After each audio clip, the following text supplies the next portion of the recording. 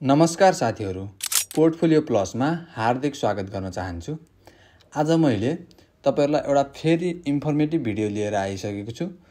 आज मैले यस भिडियोमा रहेर यदि तपाईहरु नेपाली नागरिक हुनुहुन्छ, नेपालबाट श्रम स्वीकृति लिएर विदेशमा गएर काम गरिरहनु भएको छ र तपाईले आफूले काम गर्दै पनि केही रकम चाहिँ नेपाली शेयर मार्केटमा लगानी गर्छु, आफ्नो सर्टेन अमाउन्टलाई चाहिँ इन्भेस्टमेन्ट गर्छु भनेर तपाईले आईपीओ भरिरहनु भएको छ भने र तपाईहरुलाई त्यो आईपीओ परिरहेको छैन, विभिन्न कारणले गर्दा रिजेक्ट भइरहेको छ भने चाहिँ उक्त रिजेक्ट किन हुन्छ, के कारणले गर्दा चाहिँ त्यस्तो हुन्छ र कसरी हामीले चाहिँ त्यो आईपीओ पर्ने चान्सलाई चाहिँ इन्क्रिज गर्न सकिन्छ भनेर चाहिँ आज मैले सम्पूर्ण कुरा चाहिँ यो भिडियोमा रहेर गर्ने छु।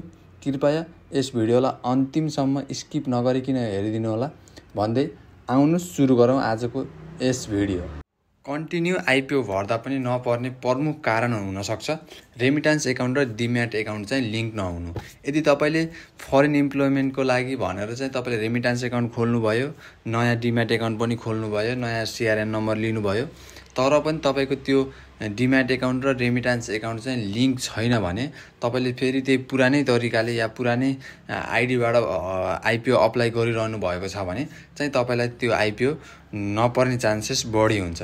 त्यसैले तपाईले एकचोटी चाहिँ बैंकमा फोन गरेर या मेल गरेर चाहिँ तपाईले मेरो रेमिटेन्स एकाउन्ट र डिम्याट एकाउन्ट चाहिँ लिंक गरिदिनु पर्यो भनेर भन्नुभयो भने चाहिँ बैंकबाट चाहिँ तपाईलाई एउटा मेलमा चाहिँ एउटा फर्म पठाइदिनुहुन्छ। त्यो फर्म चाहिँ तपाईले जनरली त्यसलाई डाउनलोड गर्ने अनि त्यसमा फर्म फिलअप गरेर चाहिँ तपाईले फेरि रिसेन्ड गरिसकेपछि चाहिँ तपाईको रेमिटेन्स एकाउन्ट र डिम्याट एकाउन्ट चाहिँ लिंक हुन्छ। यो भइसकेपछि चाहिँ तपाईले आईपीओ भर्दा चाहिँ पर्ने चान्सेस बढी हुन्छ हैन। त्यसैगरी अर्को प्रमुख कारण रहेको छ तपाईले आफ्नो रेमिटेन्स एकाउन्टमा चाहिँ 6 महिना भित्रमा चाहिँ 50,000 चाहिँ पठाएको हुनुपर्छ है रेमिट थ्रु।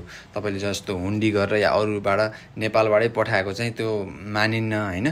तपाईले चाहिँ रेमिटेन्स एकाउन्टमा 50,000 चाहिँ मिनिमम ब्यालेन्स पठाएको चाहिँ हुनुपर्छ।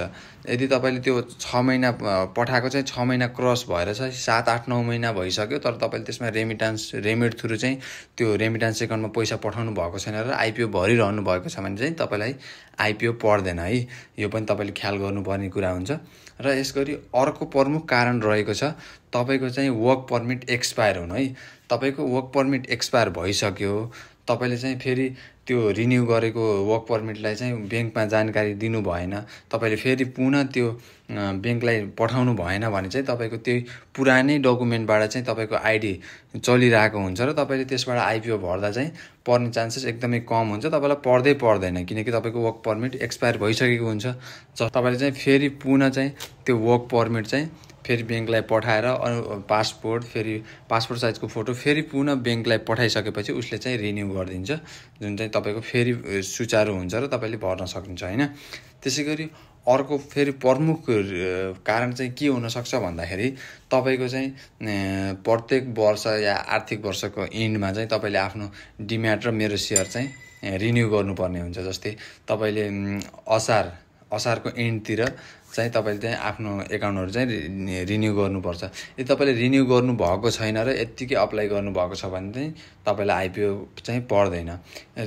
जनरली के हुन्छ भन्दा मान्छेको मेन्टालिटी यदि तपाईले चैत महिनामा चाहिँ एकाउन्ट ओपन गर्नु भयो भने चाहिँ अब चाहिँ यो मेरो 1 वर्षको लागि भ्यालिडिटी हुन्छ, अब सिधै अर्को चैतमा चाहिँ रिन्यू गर्दा हुन्छ भनेर चाहिँ ढुक्क साथ यताउति नहेरिकन चाहिँ तपाईले अप्लाई गरिरहेको हुनुहुन्छ, जसले गर्दा चाहिँ तपाईको पर्ने चान्सेस एकदमै कम हुन्छ। किनकि तपाईले चैतमा ओपन गरे पनि आर्थिक वर्षको एन्डमा चाहिँ तपाईको फेरि रिन्यू गर्नुपर्ने हुन्छ कि यो चाहिँ रुल्स हो।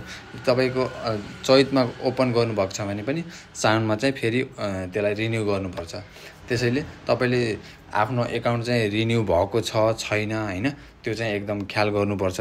र अर्को एउटा अन्तिम रिजन या अन्तिम कारण चाहिँ के छ भन्दाखेरि डबल अप्लाई। यदि तपाई फरेन इम्प्लोयमेन्ट कोटामा हुनुहुन्छ, रेमिटेन्स एकाउन्टबाट आईपीओ अप्लाई गर्नु भएको छ, तपाईलाई आईपीओ पर्यो भनेपछि फेरि जनरल पब्लिकको लागि फेरि त्यही आईपीओ चाहिँ आइरहेको हुन्छ र त्यसमा फेरि तपाईले पुनः अप्लाई गर्नुभयो भने चाहिँ त्यो चाहिँ रङ हुन्छ है। यस्तो चाहिँ तपाईले नगर्नु होला हैन। तपाईले फरेन इम्प्लोयबाट भर्नु भएको छ, यदि परेन भने मात्र जनरल पब्लिकबाट भर्नु होला, यदि परेको छ भने फेरि पुनः चाहिँ नभर्नु होला। यस्तो गर्दा चाहिँ तपाईको त्यो पर्दैन हैन। यति भन्दै आजको भिडियो मैले यहीँ अन्त्य गर्न चाहन्छु।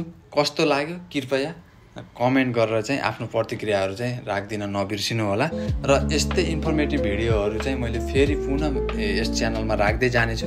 कृपया तपाईँ यस च्यानलमा नयाँ हुनुहुन्छ भने लाइक, सेयर, सब्सक्राइब गर्न चाहिँ नबिर्सिनु होला। हस्त, धन्यवाद।